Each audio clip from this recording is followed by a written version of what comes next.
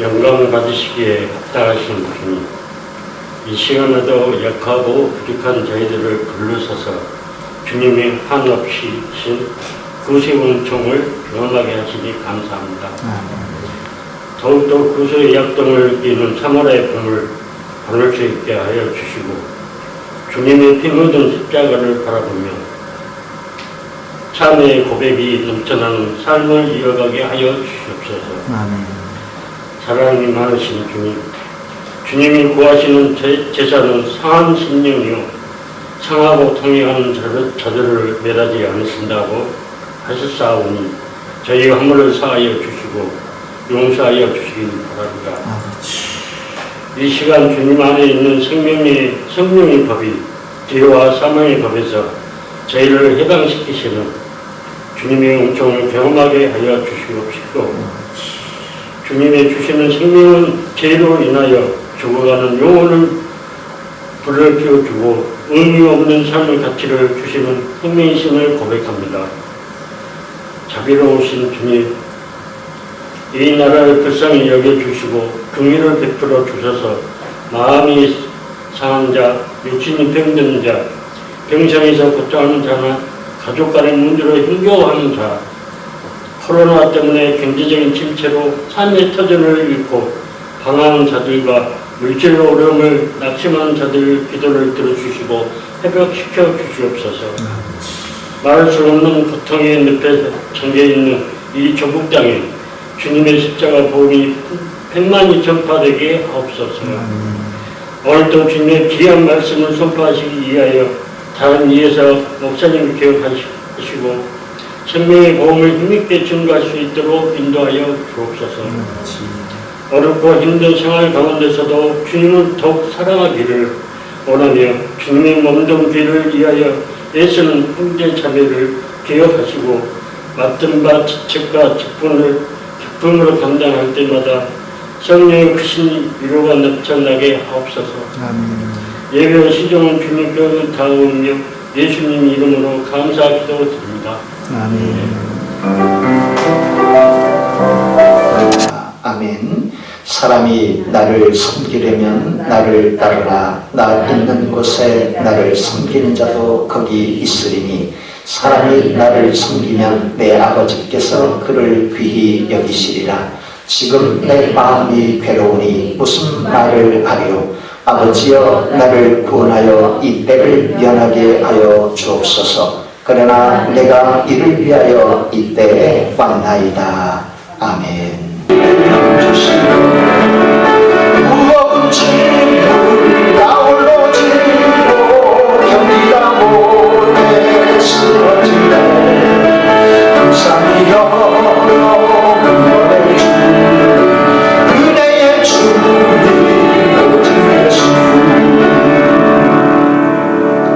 제가 아는 김요한 목사님이란 분이 계십니다. 그분은 어렸을 때 목사님 아들로 태어났습니다. 아버지 목사님이 너무 가난했죠. 그런데 이 친구가 학교에 전학을 갔는데 다른 친구들에게 인기를 많이 얻었습니다. 그래서 학생회장이 되었죠. 학생회장이 된 지 일주일 만에 교무주임이 불렀습니다. 야, 너 학생회장 됐으니 이 선생님들 밥 다 사야 된다. 그러니까 팍 떠오르는 게 우리 아버지는 가난한데 이 100명 가까운 선생님들 밥 사려면 얼마나 많은 돈이 들어갈까 싶어서 하는 말이 저 못하겠습니다. 그러니까 교무주임 뺨을 팍 때려버리니까 막 눈이 불이 나는 것이죠. 그리고 모든 교무실다 선생님들의 눈이 이 친구에게 그 선생님 쏠리는 것입니다. 심지어 자기 반 아이들 2명이 같은 교무실에 와서 쳐다보는 것이었죠. 그러면서 그 교무주임님이 얘기하는데 그래도 저는 못 사겠습니다. 왜요? 아버지의 가난한 형편이 떠오르기 때문에 도저히 선생님들 식사 대접을 못하겠다는 것이었죠. 그리고는 그 마음속으로 그 얘기는 차마 못하고 마음속으로 다짐한 게 나는 절대로 목사가 되지 않겠다 하는 것이었습니다. 그리고 나이가 커가며 성장하면서 대학교 들어갔고 그 대학 시절에 민주화 운동에 자신이 뛰어들었습니다. 그리고는 사법경찰에게 체포가 되었고 고문도 받고 없는 지목도 막 추가되는데 이러다가 내가 영영 감금되는 것 아니야 하는 생각이 들더라는 것이죠. 그러는 경찰서에서 막 기도를 하는데 어느 날인가 경찰서 한 분이 쟤는 저기 있을 게 아니라 신학교 가야 되는데 한 번도 본 적이 없는 경찰관 어느 한 분이 그런 얘기를 하더라는 것이죠. 그리고는 괜찮아 그날 밤에 기도하면서 하나님 제가 이들 여기에 영영 갇힐 수는 없습니다. 만약 저를 풀어주시면 제가 목사가 되겠습니다 라고 기도를 했는데 웬걸 다음날 자기를 심하게 때렸던 그리고 고문했던 그 경찰 분당관이 너는 여기 있으면 안 된다. 나도 예수님을 믿는데 내가 너를 심하게 때렸구나. 이제 돌아가면 절대로 여기에 기웃거리지 말고 목회자의 길을 걸어라 라고 이야기를 했는데 이게 하나님의 기도의 응답인지 너무너무 감격하며 그 길로 신학대학원에 들어갔습니다. 그리고 자기 아버지가 쉬운 터서 넘어갈 즈음에 금식 기도를 했습니다. 물만 먹는 전적인 금식 기도를 하며 하나님께 매달리는데 평소 고혈압이 있던 그분이 15일째 되는 그 아버지가 새벽에 찬바람을 맞다가 쓰러져 버렸습니다. 그리고는 목동 이대병원에 연락이 와서 아버지가 사경을 헤맨다라는 소식을 듣고 그때 달려갔죠. 그 당시 전도자 신부님 이 김요한 목사님은 간절히 기도를 하는데 병원에서 3일을 못 넘깁니다 하는데 더 간절히 매달리는데 한 달을 넘어서고 있었습니다. 그때 경상도 땅에 있던 누님 같은 어떤 집사님이 전화를 걸어왔죠. 전도사님 제가 어젯밤에 기도를 하는데 아버님이 나타나서 제게 꼭 전해달라는 이야기가 있어요. 뭔데요? 아버님이요 말하기를 내 아들 요한이가 나를 위해서 기도하고 있어서 내가 천국으로 못 가고 있으니 이젠 제발 나를 놓아달라고 좀 말 좀 해주세요 라는 이야기를 전해달라는 것이었습니다. 이 전화를 받고 내 고집만 피워서는 안 되겠구나.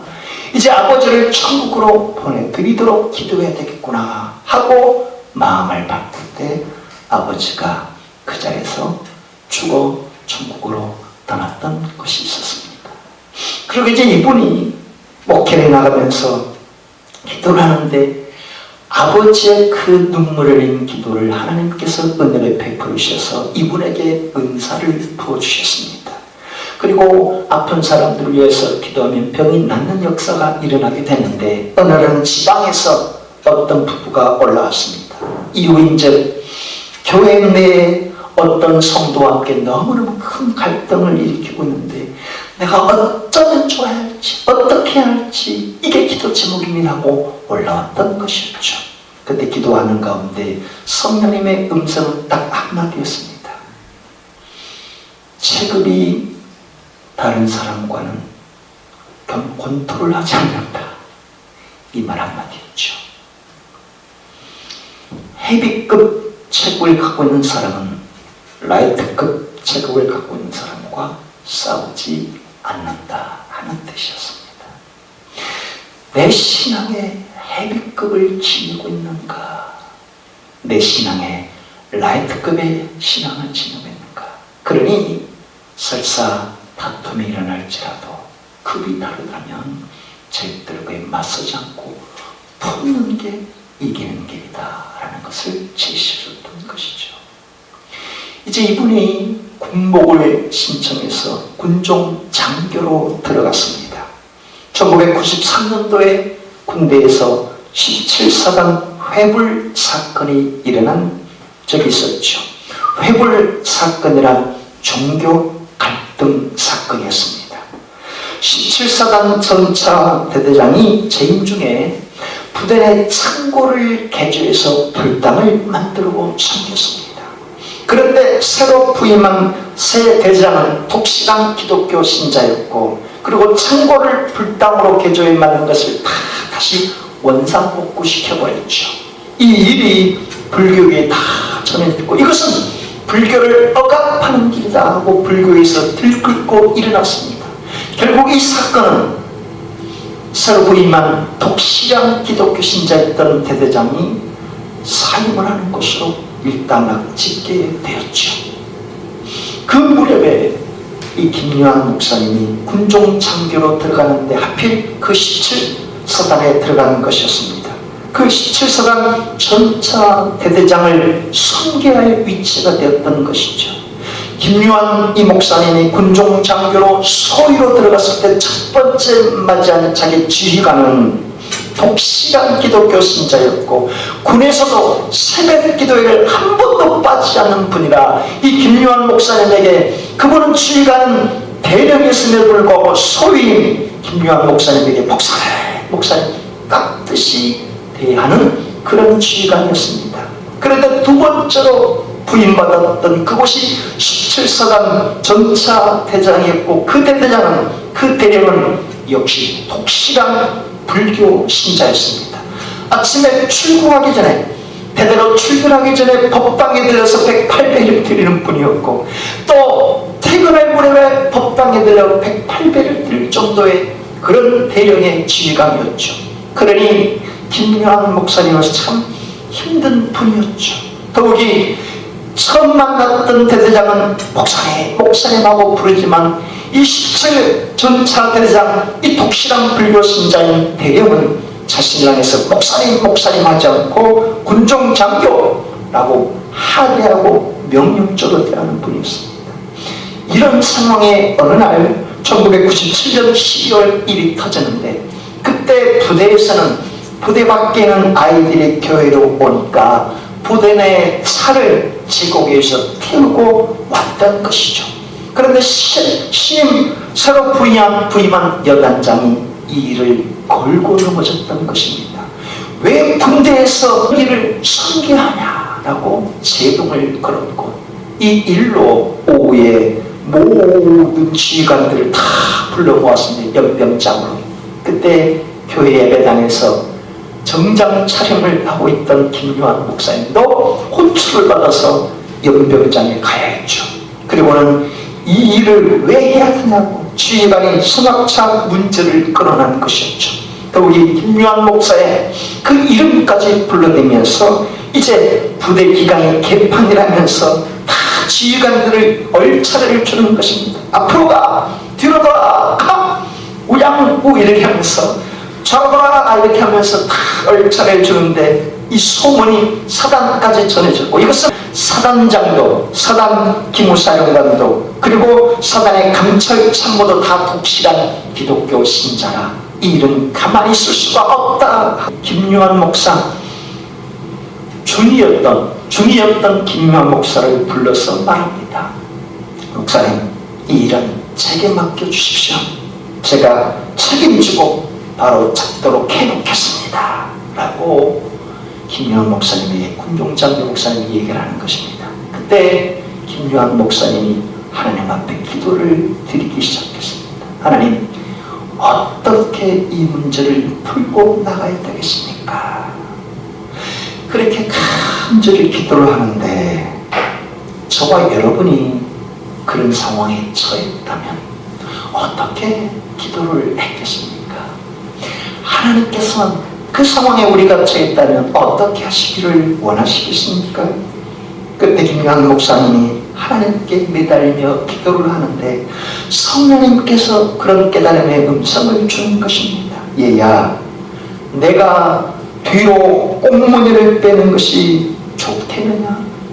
네 대신에 그 기무부대장이 나서서 해결하는 게 좋겠느냐? 오히려 내 뜻을 그르칠 수 있지 않겠느냐? 이 상황에서 내가 뒤로 뺄 게 아니라 너에게 맡긴 십자가를 짊어지고 나아가야 하지 않겠느냐?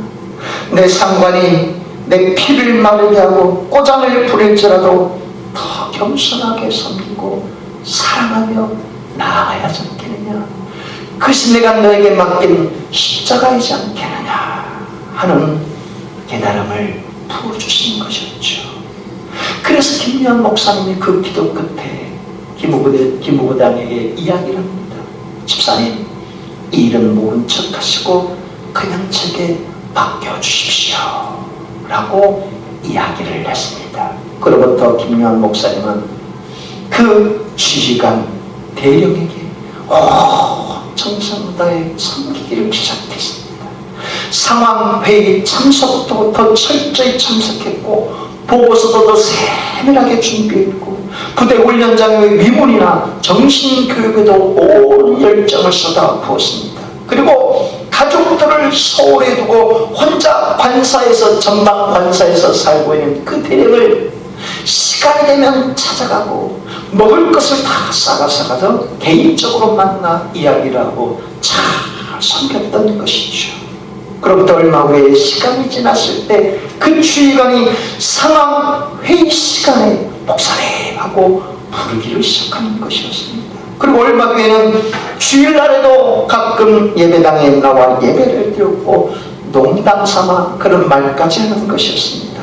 법당에 가면 너무 조용해서 씁쓸한데 교회에 오면 활기차서 좋단 말이야. 덤으로 목사님 얼굴도 보고 말이야. 이렇게 변화됐던 그 H 대령이었다는 것이죠. 우리 삶에도 이런 모습이 일어나지 않으는 법이 어디 있겠습니까? 아니, 이미 그런 터널을 거치고 있는 분도 있을 수 있고 앞으로 우리 삶 가운데 이런 비슷한 일들이 얼마든지 일어날 수 있는 것 아니겠습니까? 결혼하는 부부인데 나와 신앙의 힘이 달라 갈등하는 부부의 연이 맺을 수도 있고, 직장에 들어가는데 일터에 새로 들어가는데 윗상관이 나와 종교가 달라 종교적인 음장을 넣는 경우도 있고, 뭔가를 새로 추진해야 되는데 종교가 달라 핍박을 받는 경우도 있고, 이런 상황에 내가 그리스도인으로서 어떻게 해결해 나아가야 되는가 하는 것 말입니다. 그때 주님께서 우리에게도 그렇게 말씀하지 않겠습니까? 얘야, 네가 죽어야 내가 산다.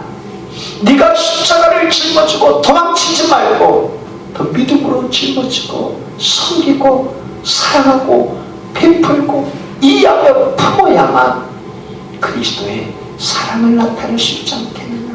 십자가를 짊어지다 힘에 부친다고 피하거나 달아나지 말고 내가 너에게 맞는 십자가를 짊어지겠으니 기꺼이 이겨내도록 해야 한다.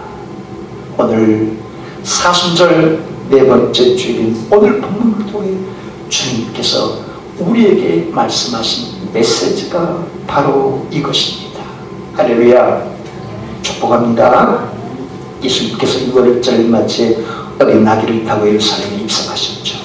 근데 온 유대인들이 옷을 벗어 길바닥에 깔고 종려나무를 꺾어서 호산나 우리의 왕이십니다 다 열광하고 환호를 했습니다. 이유인즉 자신들이 먹고 살아가는 문제, 정치적이고 경제적인 문제를 그 예수님이 왕이 되셔서 해결해 줄 것으로 생각했던 까닭이었죠. 그 무렵에 이방인 몇 사람, 안드레와 빌립과 같은 고향에 사는 베세다 쪽에 살아가는 헬라인 몇 명이 예수님을 배워보고자 나왔습니다. 근데 예수님께서 그들을 보자마자 하신 첫 마디가 무엇이었습니까? 인자가 영광을 얻을 때가 왔도다. 인자, 사람의 아들 곧 내가 영광을 받을 때가 왔도다 라고 말씀하셨습니다. 그리고는 하나님이 이 땅에 떨어져 죽지 않으면 열매를 거둘 수 없고 하나님이 이 땅에 떨어져야 많은 열매를 거둘 수 있다. 이 땅에 자기 정욕을 위해 사는 자는 영생을 얻지 못하지만 이 세상의 육신의 정욕을 멀리하며 사는 자는 영원한 생명을 얻을 것이다. 사람이 나를 숨기고자 하면 내가 가는 길을 따라 살아야 할 것이요 그도 나 있는 곳에 함께 있게 될 것이다 라고 말씀해 주셨습니다. 이것이 지난 3주간에 살펴본 말씀이었습니다. 과연 예수님께서 그렇게 말씀하신 이유가 무엇이었습니까? 예수님께서 바라보신 영광은 이 세상의 정치 권력을 등에 업는 왕의 영광이 아니었기 때문입니다. 예수님의 바라보신 영광은 십자가의 죽으심과 부활 너머의 영생의 나라에서 취할 영원한 영광이셨던 것이죠. 그 까닭에 하나님의 밀이 땅에 떨어져 죽어야 많은 열매를 맺을 수 있다고, 예수님이 당신의 목숨을 이 땅에 내어놓아야 묻히고 갈 지옥 갈 영혼들이 영생을 얻을 수 있다고 말씀한 것이었고, 이 세상에 자기 정욕만 쫓는 자는 영생과 거리가 멀 것이요 대신에 주님의 발자취를 따라 이 세상의 육신의 정욕을 멀리하는 자들이 영원한 생명의 영광을 얻게 될 것이다 라고 말씀한 것이었습니다. 그래서 주님께서는 지금도 우리에게 그렇게 말씀한 것 아닙니까? 누구든지 나를 따라오려거든 자기를 부인하고 자기 십자가를 지고 나를 따를 것입니다. 내 이름을 위하여 집이나 형제나 자매나 부모나 자식이나 전토를 벌인 자마다 여러 배를 받고 또 영생을 상속받으리라. 마태복음 19장 29절의 말씀입니다.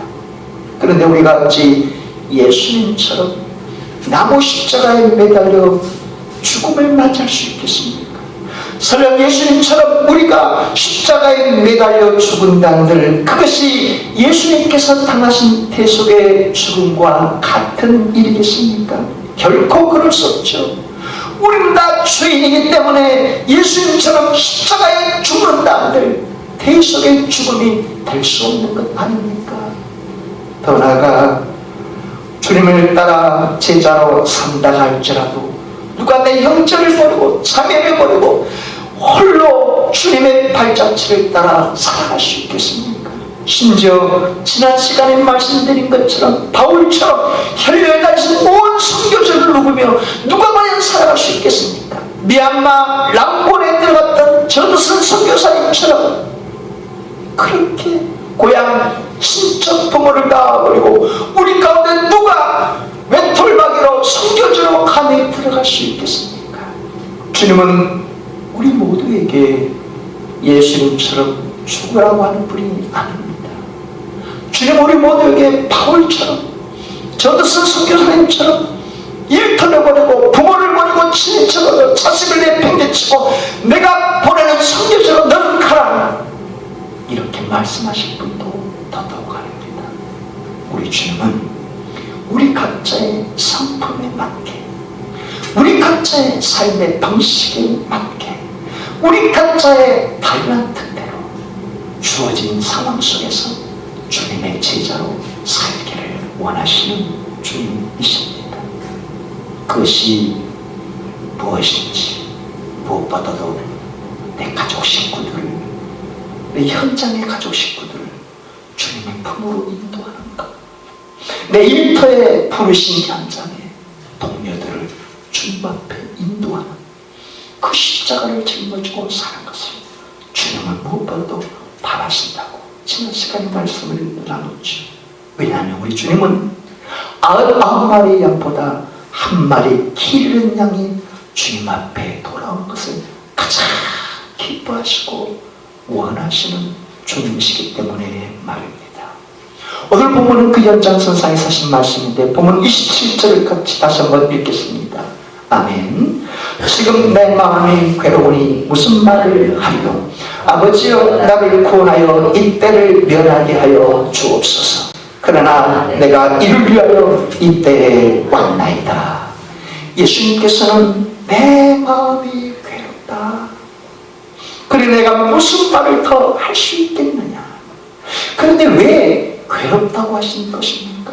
여기에 괴롭다는 헬라어 단어 타라소는 엄청나게 혼란스럽다, 당황스럽다 하는 뜻입니다. 더 나아가 온갖 두려움이 밀려들고 있다 하는 뜻입니다.